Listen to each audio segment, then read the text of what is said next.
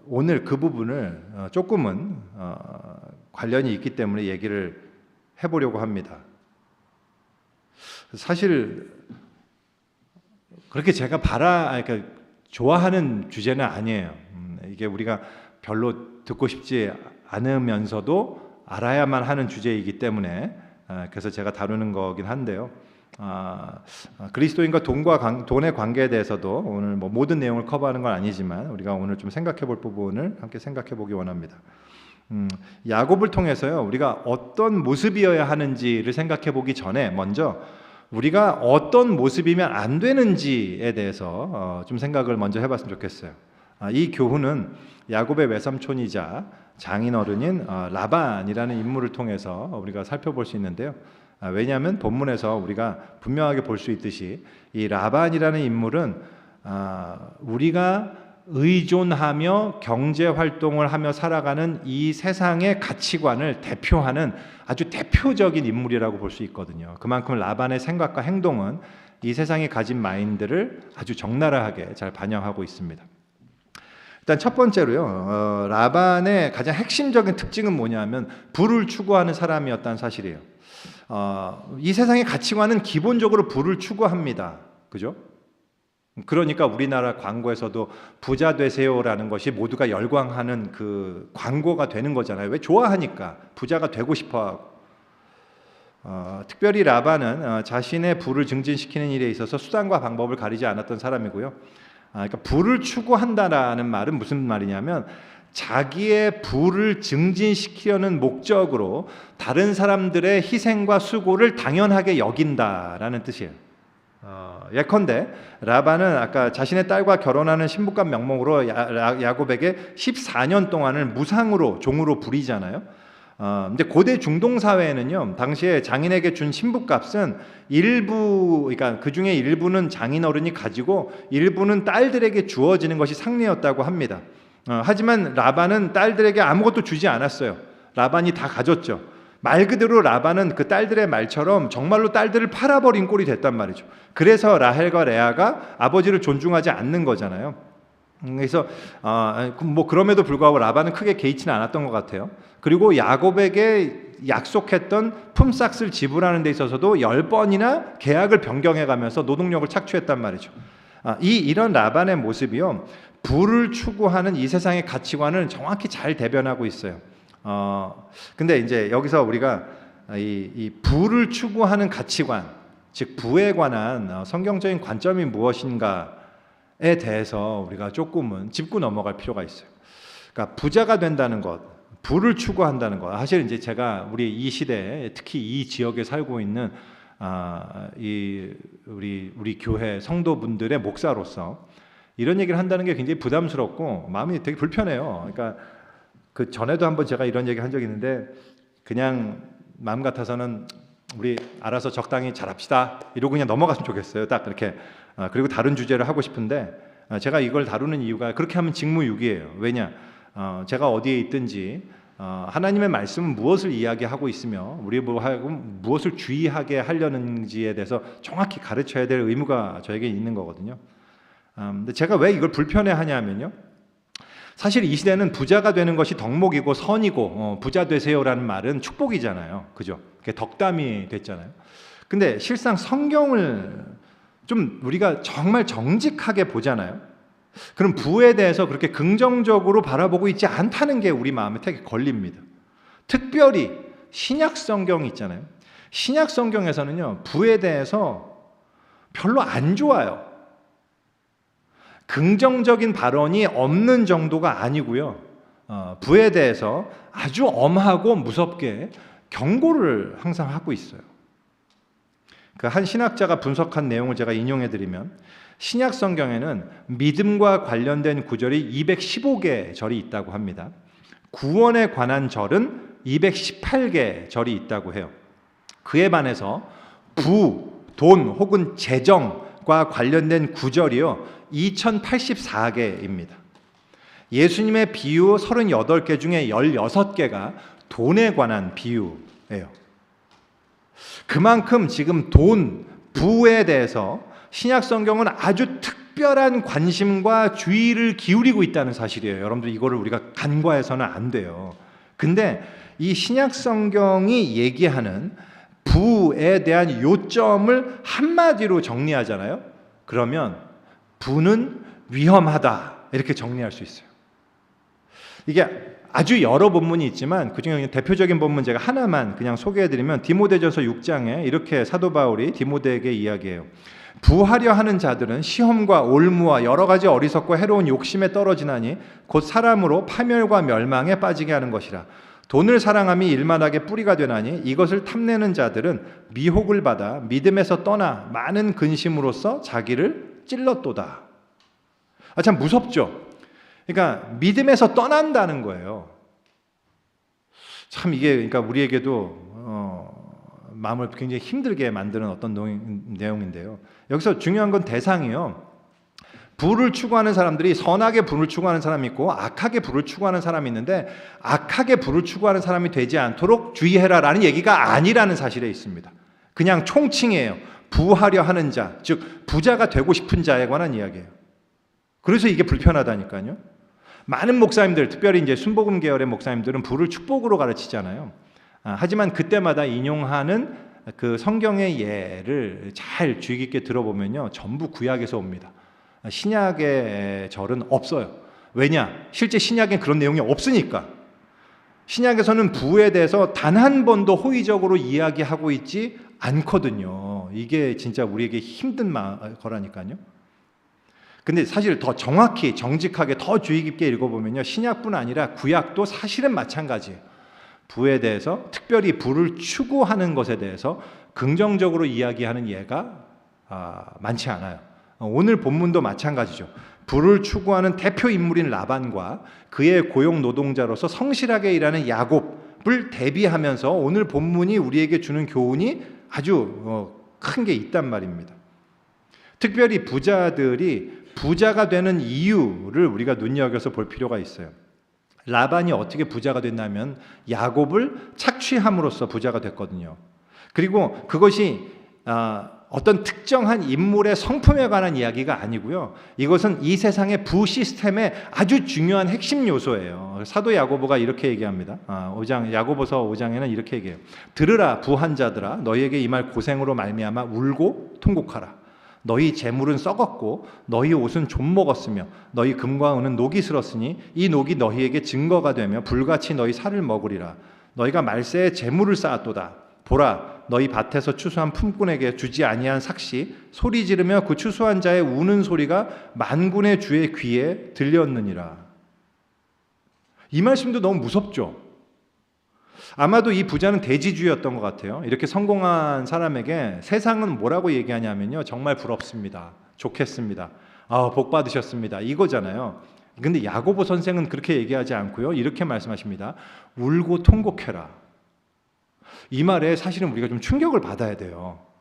우리 영혼에 빨간불이 좀 들어와야 됩니다. 뭐지 이거? 이렇게 좀 긴장을 해야 된단 말이죠. 근데 그 이유가 뭐냐? 그 이유는 이거예요. 이 세상이 전부가 아니기 때문이에요. 이 세상이 끝나고 우리 이 생을 마감한 이후에 심판의 날이 있을 거예요. 근데 그때 당할 고생으로 인해서 울고 통곡하라는 겁니다. 그때 너는 정말 고생할 거야, 이렇게 얘기하시는 거예요. 왜 고생하느냐? 왜 고생이 임하느냐? 너희가 쌓아둔, 죽기 전에 쌓아뒀던 그 재물이 심판날에 너에 대해서 굉장히 안 좋은 증거가 되기 때문이야, 이렇게 얘기한단 말이죠. 그 재물이 너에 대해서 아주 나쁜 고소를 할 거야, 이렇게 얘기하고 계시는 거예요. 근데 여기서 이 부자가 이런 운명에 처한 이유가 있습니다. 왜냐하면 그가 이렇게 부를 많이 가질 수 있었던 이유가 그만큼 품꾼들에게 정당한 삭스를 지불하지 않음으로써 쌓은 것이었거든요. 근데 이게 특별한 케이스가 아니에요.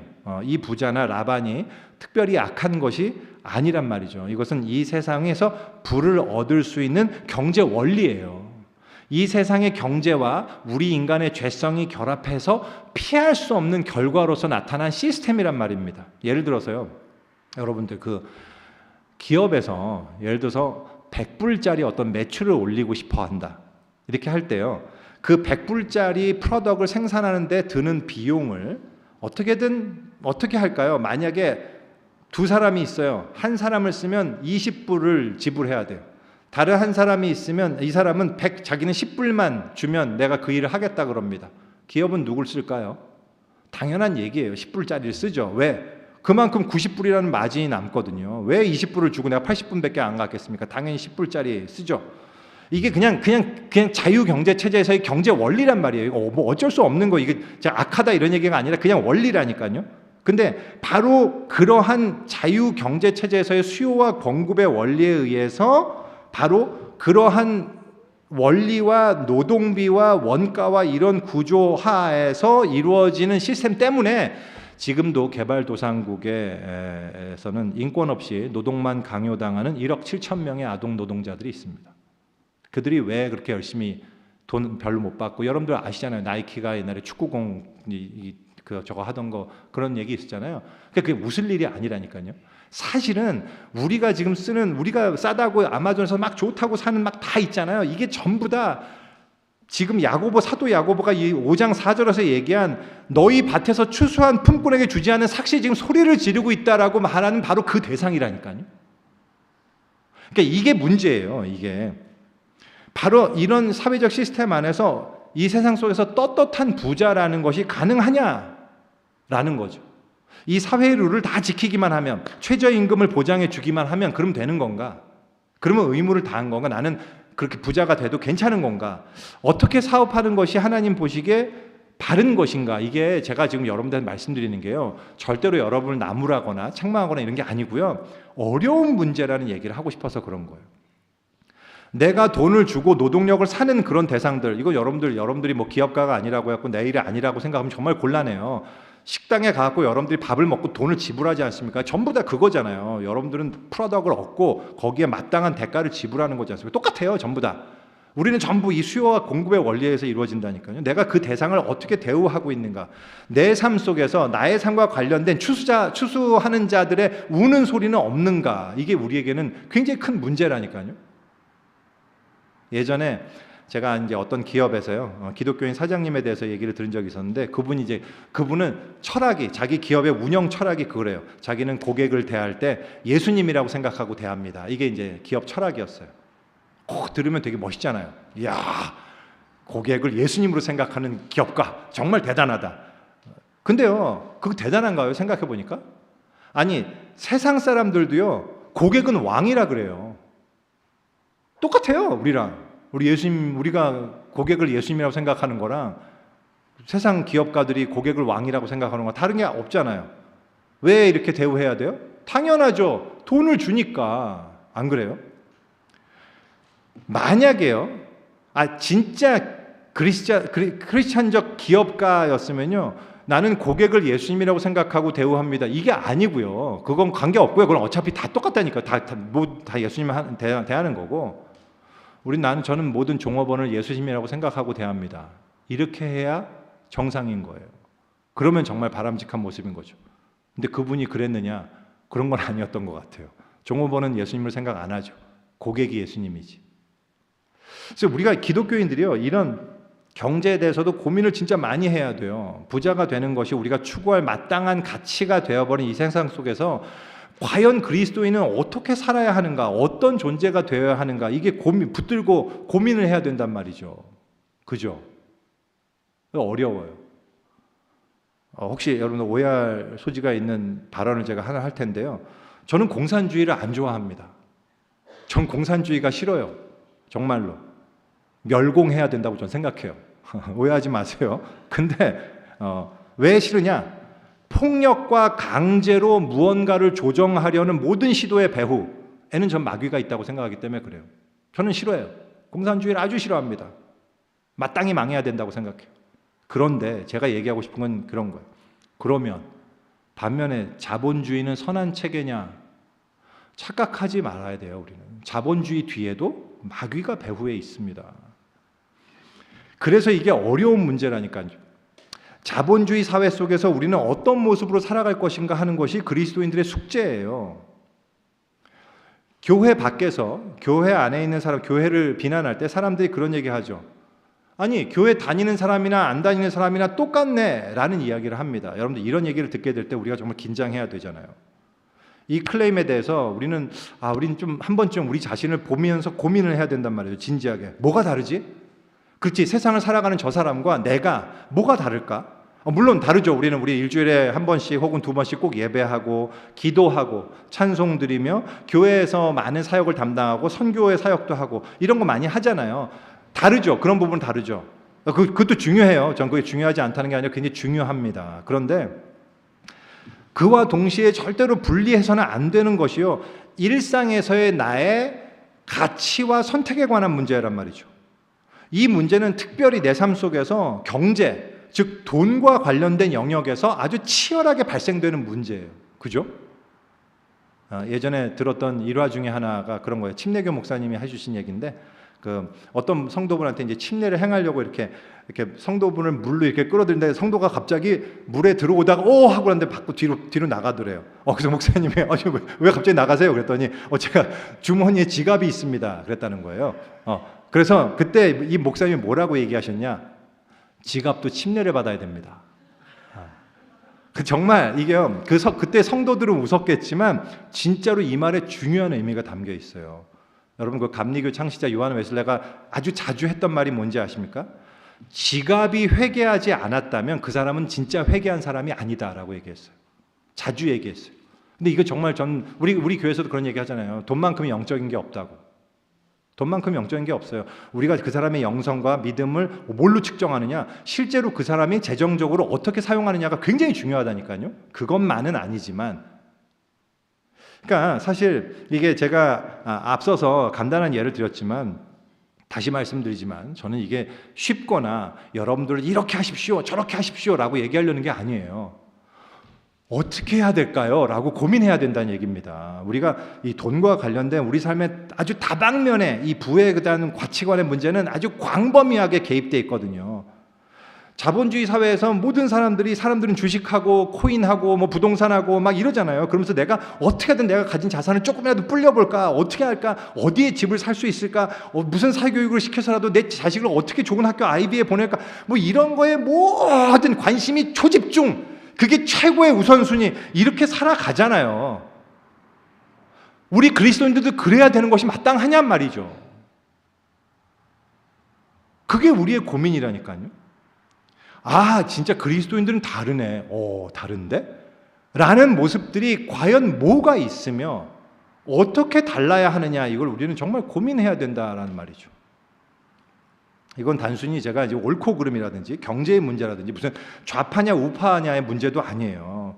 그리고 우리는 뭐 여러 번 얘기했지만 좌파도 우파도 아니에요. 그때 우리 예전에 수요 예배 때도 말씀드렸듯이 그리스도인들은요, 근본적으로 전혀 다른 이야기를 쫓는 사람들이란 말이죠. 이 세상은 추구하는 이야기가 있어요. 이 세상은 옳다 하는 이야기가 있다고요. 그들이 있는 아주 이 메타 내러티브가 있단 말입니다. 그 베이직 스토리가 있어요. 모든 사람이 따라가는. 근데 우리는 그 이야기가 아니라 이 이야기가 진리야 하고 이 이야기를 따라가는 사람들이잖아요. 이 이야기가 뭐예요? 예수 그리스도로 말미암아 우리 땅에 이루어진 하나님의 구원 이야기잖아요. 창세 때부터 아브라함 시대 이어져 갖고 다윗과 쭉 이어져 내려와서 예수 그리스도를 통해서 예수님 다시 오실 때 완성될 하나님 나라에 대한 그 이야기, 그게 진짜 이야기야 라고 생각하면서 우리는 따라가는 자들을 우리가 그리스도인이라고 얘기한단 말입니다. 그렇다면 우리 이야기는 다른데 모든 이야기의 세상은 예수 그리스도로 시작하고 예수 그리스도로 완성되는 것이 우리의 이야기야 라고 그 이야기를 쫓는데, 뭐 선택하는 거나 가치관을 보면 전부 다 세상의 이야기를 쫓는 사람과 전혀 다르지 않다. 그러면 이거는 우리가 진짜 심각하게 고민해야 되는 문제지 않습니까? 그죠? 그게 우리가 가진 어려움입니다. 물론 알아요. 저한테 그런 얘기 해주신 분이 있어요. 목사님, 왜 그러세요? 저는 부자까지 아니에요. 좀 부자 그렇게 되길 원하지도 않습니다. 다만 좀 여유 있는 삶, 그저 의식주 걱정하지 않고 자녀들 그냥 뒷바라지 해주고 노후 은퇴 정도는 그래도 자녀에게 손 벌리지 않을 정도 그냥 그렇게 하는 거, 그것도 그렇게 잘못된 겁니까? 그게 그렇게 욕심입니까? 탐욕입니까? 그게 잘못된 겁니까? 이렇게 저한테 얘기해 주시는 분이 계세요.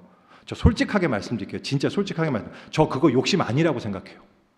저 탐욕 아니라고 생각하거든요. 저는 우리가 충분히 그럴 수 있다고 생각해요. 저는 그냥 솔직히 그렇게 생각합니다. 하지만 이 얘기는 덧붙이고 싶어요. 그럼에도 불구하고 우리가 고민해야 되는 건 뭐냐면요, 우리의 기준이 대단히 주관적이다라는 것은 눈을 뜰 필요가 있어요. 우리가 보기에는 충분히 누리고 굉장히 풍족하게 많은 것들 갖추고 있다라고 생각하는 사람이 여전히 자기는 부족하다라고 생각할 수도 있거든요. 그죠? 저는 그런 생각이 들어요. 어쩌면 일론 머스크도 자기가 그렇게 부자라고 생각하지 않을 가능성이 상당히 높다고 생각해요. 근데 어쨌든 제가 이런 부에 관한 얘기를 더 많이 하려는 게 아니고요. 요점은 그겁니다. 이 세상은 부를 추구해요. 추구. 그것이 라반의 삶이에요. 라반의 가치관이에요. 왜냐하면 그들에게 있어서는 부가 신이기 때문에 그렇습니다. 부만한 신은 없어요. 그것이 세상이 추구하는 방향이거든요. 하지만 그리스도인들은 그 방향과는 다르다라는 것이 야곱의 모습이 보여주는 굉장히 중요한 교훈이라는 걸 좀 말씀드리려고 하는 겁니다. 라반이 가진 두 번째 또 모습이 뭐냐면요, 하나님의 은혜를 인정하지 않는 모습이에요. 이 세상 가치관이 그거죠. 오늘 내용 첫 부분에서요, 야곱이 마치 처음에는 야곱을 통해서 하나님이 나에게 복 주셨다 이렇게 인정하는 거 보니까 그가 은혜를 인정하는 것 같잖아요. 근데 그가 정말로 하나님의 은혜를 인정하는 것은 아니었음을 금방 알 수 있어요. 왜냐하면 그걸 통해서 자기 소유가 늘어날 때는 인정해요. 하나님은 은혜 주셨어. 할렐루야. 내 소유가 늘어나니까. 근데 그게 아니라 내 소유가 아니라 야곱의 소유가 늘어나니까 그걸 인정하지 않습니다. 어떻게 생각해요? 뒤에 보면 라반이든 라반의 아들들이든 하나님의 은혜로 말미암아 야곱은 꼼수를 부린 게 없거든요. 야곱이 뭘 했어요? 뭐 사기를 쳤어요? 뭐 어떻게 삥땅을 쳤습니까? 그냥 아니에요. 그냥 자연 원리로 이해나갖고 그냥 얼룩덜룩한 양이 나왔어요. 그냥 그래서 그게 자기 거 한 거라니까요. 하나님의 은혜예요. 축복이잖아요. 그러면 할렐루야, 하나님이 진짜로 은혜 주시네. 야, 나도 그 하나님 믿어야 되겠다. 이렇게 나와야 정상인데요. 그렇게 생각 안 하죠. 그렇게 생각 안 하고 뭐라고 생각하냐면, 야곱이 우리 거를 삥땅 쳤는데, 야곱이 우리 아버지 소유를 빼앗고 우리 아버지 소유로 인해서 거부가 됐네. 이거 뭐야 이거, 이렇게 생각한단 말입니다. 라반의 안색도 변했다는 것은 그들의 말에 동의한다는 얘기죠. 그들이 왜 이렇게 생각했을까요? 그들이 왜 이렇게 생각했냐면, 그들에게 있어서는 하나님의 은혜라는 것은 그저 미사여구거든요. 우리가 신에 대해서 신이 다 주셨지. 근데 실제로 믿지 않아요. 그럴 수는 없다고 생각해요. 따라서 야곱이 부유해질 수 있는 방법은 우리 거를 속여서 뺏는 것밖에는 방법이 없다라고 생각한단 말입니다. 그죠? 그게 이 세상의 가치관이고 결국 이 라반이 가지고 있는 생각이었어요. 또 한 가지 이 라반이 보여주는 세상의 대표적 속성이 뭐냐면요, 나르시시즘입니다. 라반은요, 자기가 가진 문제점이라든지 자기가 잘못했던 것에 대해서 거의 인지하지를 못하고 있어요. 야곱이 자기를 떠난 것도 야곱의 잘못이라고 생각합니다. 네가 나를 속였어. 야, 네가 어떻게 감히 나를 속이냐? 근데 사실은 생각해보면 근본적인 원인은 자기한테 있거든요. 야곱은 20년 동안을 너무 힘들게 일했어요. 아무것도 받지도 못하고 제대로. 근데 지금까지 자기가 잘못한 거는 하나도 생각 안 하잖아요. 근데 이게 또 이제 이 세상에서의 세상을 대변하는 사람들의 어떤 나르시즘적인 존재이거든요. 근데 이것이 가진 가장 큰 치명적인 문제가 뭐냐면요, 다른 사람들을 쉽게 비난하고 판단하는 데 있어요. 라반은 야곱이 자기를 2번이나 속였다고 강조합니다. 근데 진짜 속인 사람은 라반이거든요. 사실 그런 거 있잖아요, 여러분들. 나라는 존재를 정말 투명하게 보고 나의 약점을 인정하는 사람들일수록 타인을 쉽게 비난하지를 못해요. 내가 얼마나 약한지를 아니까. 근데 나를 잘 못 보는 사람들일수록 다른 사람들을 정죄하는 게 굉장히 빠릅니다. 그리고 왜 그렇게 빨리 비판하느냐? 상대방을 비판함으로써 나의 정당성이 확보되기 때문이에요. 내가 옳다라고 되는 거죠. 그래서 이 나르시시즘의 근원에는 꼭 교만이 자리하고 있어요. 이런 사람들은 자기 자신에 대해서 굉장히 좋게 생각하기 때문에요, 자기를 미화하죠. 라반이 이렇게 얘기하잖아요. 27절에 야, 야곱, 네가 말을 했으면 내가 어떻게 했겠어? 즐거움과 노래와 북과 수금으로 너를 보냈을 거야. 어떻게 이걸 몰라주니? 천만의 말씀. 라반이 과연 이랬을까요? 라반은 절대로 이렇게 하진 않았을 거예요. 어떤 형태로든 그걸 못 가게 하려고 애를 썼을 사람이란 말입니다. 근데 자기는 이렇게 생각해요. 난 정말 이런 사람이야 라고 생각을 하죠. 참 재밌죠. 그리고 라반은요, 이 자기 자신에 대해서도 굉장히 자신감과 신념이 있어요. 너를 해야 할 만한 능력이 내 손에 있다, 이렇게 생각하죠. 그러니까 이런 모습, 이 라반이 가지고 있는 총체적 모습은요, 우리 인간의 죄인된 모습이에요. 다른 사람의 모습이 아니라 그냥 우리의 죄인된 모습이 바로 이거란 말이죠. 하나님을 알지 못하는 죄인들의 전형적인 속성입니다. 죄인의 특성 중에 가장 대표적인 그 특성이 뭐냐면 자기 자신의 진짜 모습을 알지 못한다는 거죠. 그래서 죄인임을 인정하는 게 힘든 거거든요. 왜냐면 내가 아무리 생각해도 나는 죄진 게 없는데 왜 나를 보고 죄인이라고 하는 거야 라고 생각하죠. 근데요, 정말로 하나님을 만난 사람의 100이면 100 모두가 공통적으로 고백하는 게 뭐예요? 하나님을 만난 순간 알게 돼요. 내가 정말로 죄인이구나. 정말 내가 죄인임을 깨닫죠. 무슨 죄라고 하나님이 알려주지 않아도 하나님을 대면하는 순간 알아요. 그냥 하나님 정말 제가 죽을 놈이군요 라는 걸 알게 된다고요. 근데 이 세상은 그렇지 않죠. 그래서 세상에는 이런 라반과 같은 사람들이 지배하는 세상이에요. 라반과 같은 사람들이 부유한 존재가 되고 그들이 유능하다고 인정을 받는 세상이 바로 세상이에요. 이제 그렇기 때문에요, 이러한 라반이 인정받는 세상 속에서 함께 살아야 하는 성도들은요, 반드시 믿음의 큰 위기에 봉착하게 돼 있습니다. 왜냐하면 저들은 되게 잘 나가거든요. 근데 우리는 믿음이라는 이거 하나만으로 그냥 쟤들과 제대로 경쟁을 못한다는 생각이 들거든요. 저들은 과도하게 비용을 절감해가면서 품삯을 제대로 안 주고 10불짜리 노동력을 사용해갖고 마진을 엄청 챙겨간단 말이죠. 근데 우리는 아무리 생각해도 이 사람에게 40불은 챙겨줘야 된다는 생각에 40불 지불하잖아요. 그만큼 훨씬 우리는 뒤지는 거예요. 경쟁에서 밀려난다니까요. 자, 그러면 이런 상황 속에서 우리도 생각을 하게 되죠. 그리스도인들도 안 되겠다. 경쟁만큼은 세상적으로 해야겠다. 이게 그냥 우리가 전형적으로 빠지는 함정인 거죠. 그래서 이게 어떤 모습으로 우리가 세상에서 살아갈 것이냐 하는 것이요, 우리 믿음에 있어서 굉장히 중요한 이슈가 된단 말이죠. 여기서 우리는 이제 야곱의 스탠스를 좀 볼 필요가 있어요. 이 세상 사람들은 라반에게 감탄하고 야곱을 멸시하지만 우리는 야곱이 돼야 돼요. 실제로 하나님의 복 가운데 있는 사람은 야곱이기 때문에 그렇습니다. 야곱의 가장 대표적인 특성은 이거였어요. 라반을 위해서 일하고는 있지만 라반에게 속해 있지 않다라는 사실입니다. 오늘 본문의 야곱을 보면요, 기본적으로 이 가장 처음부터도요, 그가 가나안에 하나님이 말씀하기 전부터 가나안에 돌아가고자 하는 소망을 갖고 있어요.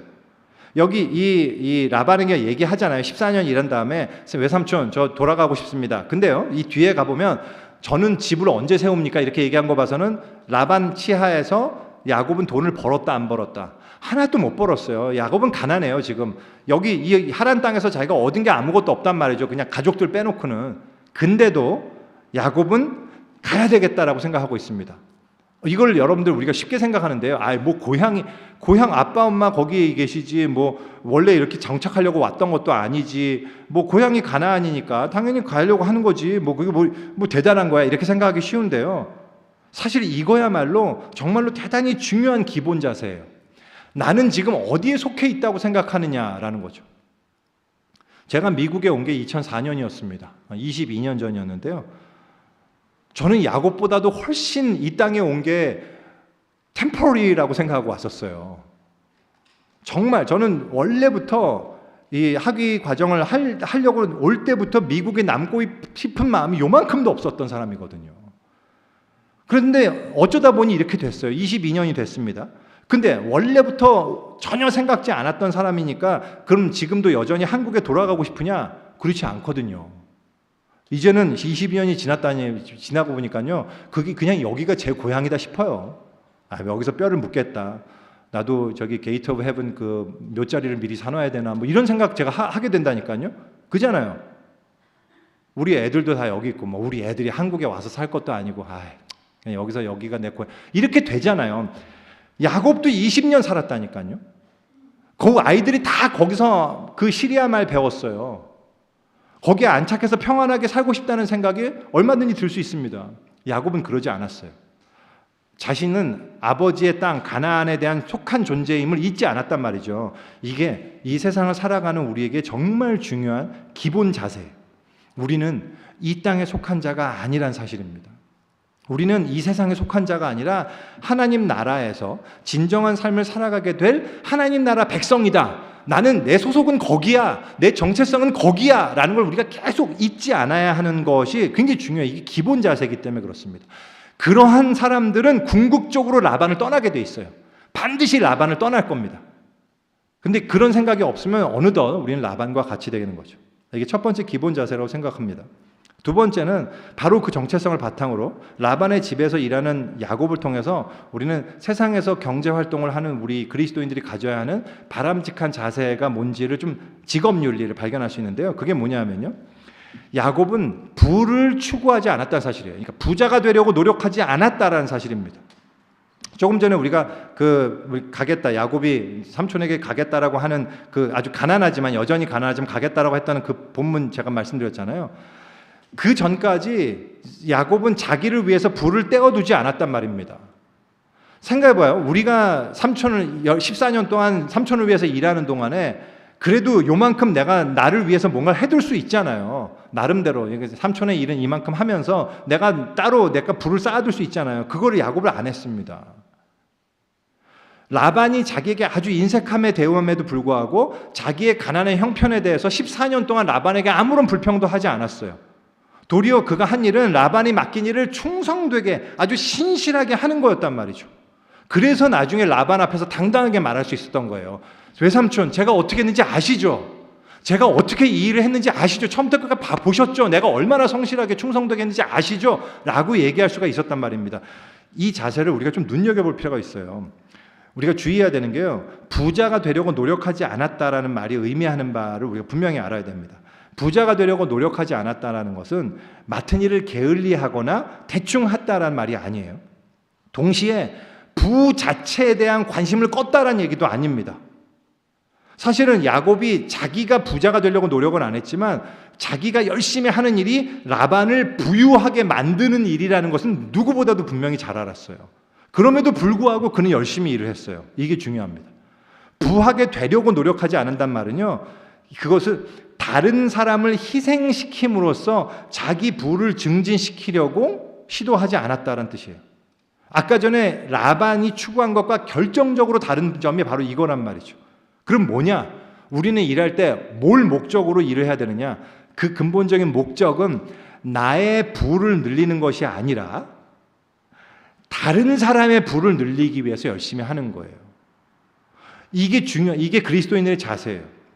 예컨대 기업가라면 나의 부를 위해서 경제활동을 하는 게 아니라 기업 전체의 부를 위해서 경제활동을 하는 거예요. 나 기업과 연결된 이 종업원들, 주주, 노동자, 소비자들 모두가 부유해지기 위해서 열심히 일하는 거죠.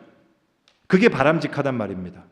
야곱의 경우에요, 그는 고용주를 위해서 열심히 일했어요. 왜 이렇게 열심히 했을까? 물론 뭐 잘 안 하면 잘못하다간 부당 이익을 당하고 잘릴 수도 있어, 쫓겨날까 봐 그랬을 수도 있죠. 하지만 중요한 것은 동기가 무엇이었든 간에 그는 실제로 처음부터 끝까지 고용주를 위해서 최선을 다해서 열심히 일했다는 사실이에요. 그는 하나님이 자기를 돌보실 것이므로 이렇게 부당한 대우를 내가 받을 필요가 없고 따라서 열심히 일할 필요 없고 일하지 않아도 된다, 이렇게 생각하지 않았단 말입니다. 내가 열심히 일해봐야 전부 다 외삼촌 라반이한테 다 가는 일인데 내가 이렇게 열심히 해봐야 무슨 소용이 있나, 이렇게 생각하지 않고요, 열심히 일했어요. 그냥 라반에 가는 게 뻔한데도 그냥 열심히 일했습니다. 이러한 야곱의 탁월함과 선함은 라반조차도 인정하지 않을 수 없게 만들었단 말이죠. 근데 이게요, 기독교인들이 가져야 할 노동윤리란 말입니다. 나는 내가 받는 보상만큼만 일한다, 그렇게 생각하지 않는 거예요. 사도 바울이 골로새서에서 이렇게 얘기합니다. 종들에게 무슨 일을 하든지 마음을 다하여 죽게 하듯 하고 사람에게 하듯 하지 말라, 이렇게 얘기합니다. 그러면서 이렇게 얘기해요. 왜냐? 그것은 기업의 상을 너희들이 주님께 받을 거기 때문이다. 너희들의 주인은 그리스도다, 이렇게 얘기하는 거예요. 그러니까 바로 우리가 이렇게 해야 되는 이유는요, 우리의 삶을 책임지고 우리에게 보상을 주시는 분이 누구냐 하면 우리의 고용주가 아니라 그리스도시기 때문입니다. 이것이 바로 야곱이 그와 같은 자세로 라반의 일을 할 수 있었던 근본적인 이유예요. 이게 바로 세 번째로 살펴본 중요한 자세인데요. 야곱은 자기의 소유가 전부 다 철저히 하나님께 달렸음을, 하나님께 의존하고 있다는 사실을 잊지 않았습니다. 그걸 아주 철저히 의지했어요. 아까 고향으로 가겠다고 했을 때 라반이 품삯을 주겠다고 했을 때 야곱이 그 제안을 거절하고 왜 얼룩진 놈들을 양으로 제가 제 걸로 하겠다라는 그 라반과 계약을 맺었다 그랬잖아요. 그래서 짐승들이 뭐 물 먹일 때 어떻게 얼룩덜룩 가지를 뭐 이렇게 꽂아놓고 뭐 이런, 이게 무슨 근거 아무 관계 없다 그랬잖아요. 중요한 것은 뒤에 야곱이 아내에게 이야기할 때 말했듯이 하나님이 그렇게 하라고 하셨단 말입니다. 야곱은 하나님이 나에게 복을 주실 것이라고 분명히 믿었어요. 그게 전부였어요. 그렇기 때문에 그는 열심히 한 거예요. 그가 보여준 모든 기본적인 자세에 대한 베이스는 바로 여기에 있었습니다. 이 모든 나에 대한 보상은 하나님이 주신다. 하나님의 은혜로 말미암아 나에게 주어지는 보상이다. 근데 이게 우리에게도 굉장히 중요한 자세입니다. 중요한 건 이거예요. 우리가 정말로 하나님의 약속을 믿는 거예요. 진짜로 믿는 거예요. 하나님의 약속을 정말로 믿는 거. 근데 여러분 하나님의 약속을 믿으십니까? 근데 바로 이 부분에서 우리가 주춤하게 돼요. 너무 어렵게 돼요. 예수님이 우리에게 아주 분명하게 약속하신 말씀이 있습니다. 마태복음 6장 후반부인데요. 제가 이건 좀 길지만 읽을게요. 여러분 너무 잘 아시는 말씀이지만, 그러므로 내가 너희에게 이르노니 목숨을 위하여 무엇을 먹을까 무엇을 마실까 몸을 위하여 무엇을 입을까 염려하지 말라. 목숨이 음식보다 중하지 아니하며 몸이 의복보다 중하지 아니하냐. 공중의 새를 보라. 심지도 않고 거두지도 않고 창고에 모아들이지도 아니하되 너희 하늘 아버지께서 기르시나니 너희는 이것들보다 귀하지 아니하냐. 너희 중에 누가 염려함으로 그 키를 한 자라도 더할 수 있겠느냐. 또 너희가 어찌 의복을 위하여 염려하느냐. 들의 백합화가 어떻게 자라는가 생각하여 보라. 수고도 아니하고 길쌈도 아니하느니라. 오늘 있다가 내일 아궁이에 던져지는 들풀도 하나님이 이렇게 입히시거든 하물며 너희일까 보냐. 믿음이 작은 자들아. 그러므로 염려하여 이르기를 무엇을 먹을까 무엇을 마실까 무엇을 입을까 하지 말라. 이는 다 이방인들이 구하는 것이라. 너희 하늘 아버지께서 이 모든 것이 너희에게 있어야 할 줄을 아시느니라. 그런즉 너희는 먼저 그의 나라와 그의 의를 구하라. 그리하면 이 모든 것을 너희에게 더하시리라. 여러분 정말 이 말씀 믿으십니까? 뭐예요 이거? 이럴 때 보통 아멘, 우리가 순복음 교회는 아니어도 아멘 이렇게만 나와야 되는데, 여러분 정말 이 말씀 믿으십니까? 아 그래요, 다행입니다. 할렐루야. 아니 설사 믿음이 잘 안 생기셔도 아멘으로 화답하셔야 돼요. 사실 저도 이해해요. 인정합니다. 이 말씀에 아멘이 잘 안 나오는 거 저도 알아요. 왜냐면 저도 잘 안 나오니까. 저 솔직하게 저도 잘 안 나와요. 아 이게 이렇게 될 수 있을까 진짜로?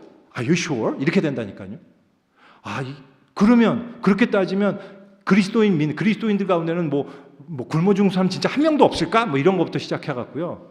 저는 굉장히 의심하는 게 많이 나와요. 그런데요, 그럼에도 불구하고 이 말씀이 하나님의 말씀이에요. 이 약속이 하나님의 약속이라니까요. 우리는 예수님을 믿는 사람들이잖아요. 예수님이 이렇게 말씀하셨어요. 그러면 이건 진리예요.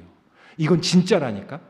우리가 이걸 테스트를 못 해봐. 우리가 감히 이 정도까지 믿음을 발휘를 못 해봤으니까 제대로 맛보지를 못해서 그렇지, 정말로 믿는 자에게 하나님이 이 은혜를 반드시 이루실 거란 말입니다. 그래서 이 말씀의 핵심은 하나님의 은혜에 대한 전적 의존이에요. 전적 의존. 이게 세상 속에서 하나님의 백성으로서 하나님 나라의 가치관을 따르는 삶에 있어서의 아주 핵심 요체란 말이죠.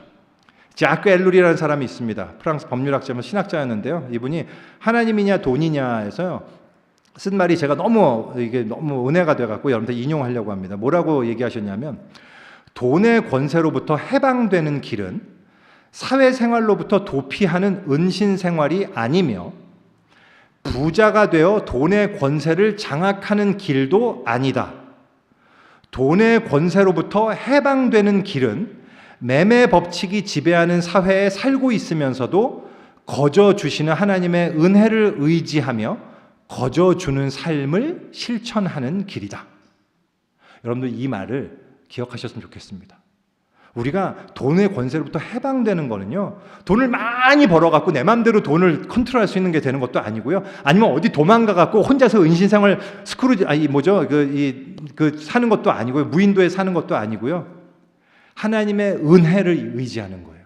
하나님의 은혜를 인정하는 거예요. 그리고 나도 거저주는 은혜의 삶을 살아가는 겁니다. 우리가 이 라반의 집에서의 야곱의 모습은요, 참으로 이 땅에서 우리가 어떤 자세로 어떤 모습으로 살아가는지에 대한 모형을 제공해 준다는 사실을 여러분 잊지 마시고, 우리가 가진 모든 것이 전적으로 하나님의 은혜로 말미암아 주어진 것임을 인정했으면 좋겠습니다. 그럴 때 비로소 우리는 다른 이들을 위해서 나의 것을 기꺼이 낭비할 수 있는 자유를 우리가 누리게 되거든요. 야곱은 이 하나님의 보호하심, 이 하나님의 은혜를 믿었어요. 진짜 하나님이 자기를 보호할 걸 정말로 믿었다고요. 여러분, 하나님이 여러분도 부르셨습니다. 믿으십니까? 여러분을 부르셨다고요. 여러분의 삶을 보호해 주시겠다고 여러분 이름을 정말 부르셨다니까요. 그러면 여러분의 삶도 반드시 보호해 주실 거예요. 이 사실을 꼭 믿기 원합니다. 그리고 그 믿음으로 우리가 약속의 땅 가나안으로 향하기 원합니다. 다시 말씀드리지만 이게 쉽지 않아요. 그죠? 저도 알아요. 쉽지 않습니다. 또한 이 땅에서 우리가 완전하지도 않을 거예요. 야곱도 그랬어요. 때로는 기만, 협상, 적대감, 두려움, 안갚음, 복수심 이런 것들이 다 짬뽕돼 있었어요. 하지만 그럼에도 불구하고 야곱도 뒤치다 막 넘어지고 난리 했는데도요, 그럼에도 불구하고 끝내 하나님이 그를 그 길로 인도하셨단 말이죠. 우리도 이런 마음으로 이 땅에서 살아갔으면 좋겠습니다. 시간이 많이 갔는데요, 딱 한 가지만 얘기하고 마칠게요. 야곱이 라반의 집에서 이러한 모습으로 정말 이 약삭빠르고 속임수에 능하던 야곱이 어떻게 야곱이 하나님이 원하시는 가치관과 그 방향으로 하나님의 은혜를 의존해서 살 수 있었을까? 어떻게 그럴 수 있었을까? 그 이유가 무엇이었을까를 알 수 있는 그 단서가 31장 13절에 나와 있어요. 야곱이 아내들에게 자기에게 하나님이 나타나셔서 뭐라고 말씀하셨는지에 대해서 증언하는 장면이에요. 제가 다시 한 번만 읽을게요. 나는 베델의 하나님이라 네가 거기서 기둥에 기름을 붓고 거기서 내게 서원하셨으니 지금 일어나 이곳을 떠나서 네 출생지로 돌아가라 하셨느니라. 하나님이 야곱에게 말씀하세요. 나는 베델의 하나님이다. 여러분, 우리의 인생에 있어서 베델이 중요한 이유가 여기에 있어요. 우리 믿음이요, 어떤 한순간에 한 번의 계기로 확 바뀌는 게 아니잖아요. 그리고 완성된 삶을 살아가는 게 아니지 않습니까? 믿음의 길을 가면서 우리는 계속 어떤 단계를 거치고 해가면서 우리는 믿음이 성장해 나가는 거잖아요. 하나님이 우리를 한 번 만나면 끝나는 게 아니에요. 어떤 단계를 우리를 부르셔서 우리를 만나 주신 하나님이 또 다시금 우리를 만나 주시고 또 알려주시고 또 보여주시고 또 그 길을 가다가 또 다시 우리에게 알려주시고 보여주시고 만나 주신단 말입니다. 이런 영적 경험을 통해서 우리는 한 단계씩 한 단계씩 성장해 나가는 거잖아요. 근데 그런 과정에서 정말 중요한 게 뭐냐면, 하나님은 이전에 내가 하나님께 반응했던 그 믿음의 반응을 기억하신다는 사실입니다. 바로 그것으로 나를 다시 부르시고 나로 하여금 나아갈 길을 보여주신다는 사실이에요. 하나님이 이렇게 말씀하세요. 나는 베델의 하나님이라 네가 거기서 기둥에 기름을 붓고 거기서 내게 서원하였으니. 하나님은 그걸 기억하고 계신다니까요. 그의 믿음의 반응을 아주 소중히 여기시고 계셨다란 말입니다. 그리고 바로 그거를 계기로 야곱에게 말씀을 하시고 다시 부르시고 당신의 은혜를 약속을 주시는 거예요. 바로 그것 때문에 야곱은 하나님의 말씀을 듣고 담대함을 얻고 그래서 오케이, 내가 갈 수 있겠다라고 가는 거지 않습니까? 그래서 가나안으로 결국 향해 가는 거잖아요. 우리가요, 수양회 같은 그런 시간에 헌신의 시간을 가지고 주님의 말씀에 반응하기를 격려하는 이유가 거기에 있어요. 그게 별거 아닌 것 같아 보이죠? 실제 별거 아니에요. 그죠? 그냥 일어나갖고 헌신 카드 쓰는 거, so what? 세상의 눈으로 보기에는요, 그저 이렇게 열심히 나름대로 했던 행사를 조금이라도 어떻게 의미 있게 만들어 보려는 안간힘 정도로 보여요. 그죠? 근데요, 그래요. 세상의 눈으로 보면 정말 그게 맞아요. 객관적으로 그게 맞습니다. 근데요, 영적인 실상에서 보면요, 그 모멘트는 굉장히 중요합니다. 왜냐? 하나님이 그 헌신을 기억하시기 때문이에요. 그게 중요합니다. 아주 그 작은 반응, 그 작은 헌신으로 인해서 그 헌신을 기억하시는 하나님의 은혜로 인해서 미래의 우리의 삶이 혁신적으로 바뀔 수 있기 때문입니다. 그것이 하나님이 우리에게 주시는 약속인 거거든요. 우리 모두가, 우리 각자가 이 베델의 하나님을 경험하게 되기를 소망합니다. 또한 이미 경험하신 분들은 이 베델의 하나님을 기억하시기를 소망합니다. 그리고 바로 그때 내가 하나님께 드렸던 헌신, 그 헌신을 기억하시고 그 헌신을 통해 우리를 부르시는 하나님을 또한 경험하시기를 소망합니다. 그분의 부르심과 그분이 주시는 약속과 보호하심으로 인해서 담대함과 용기를 얻고 이 세상에서 참된 그리스도인으로 살아가는, 기꺼이 그 길을 살아가기로 결단하는 저와 여러분이 되기를 간절히 소망합니다. 우리 기도하겠습니다.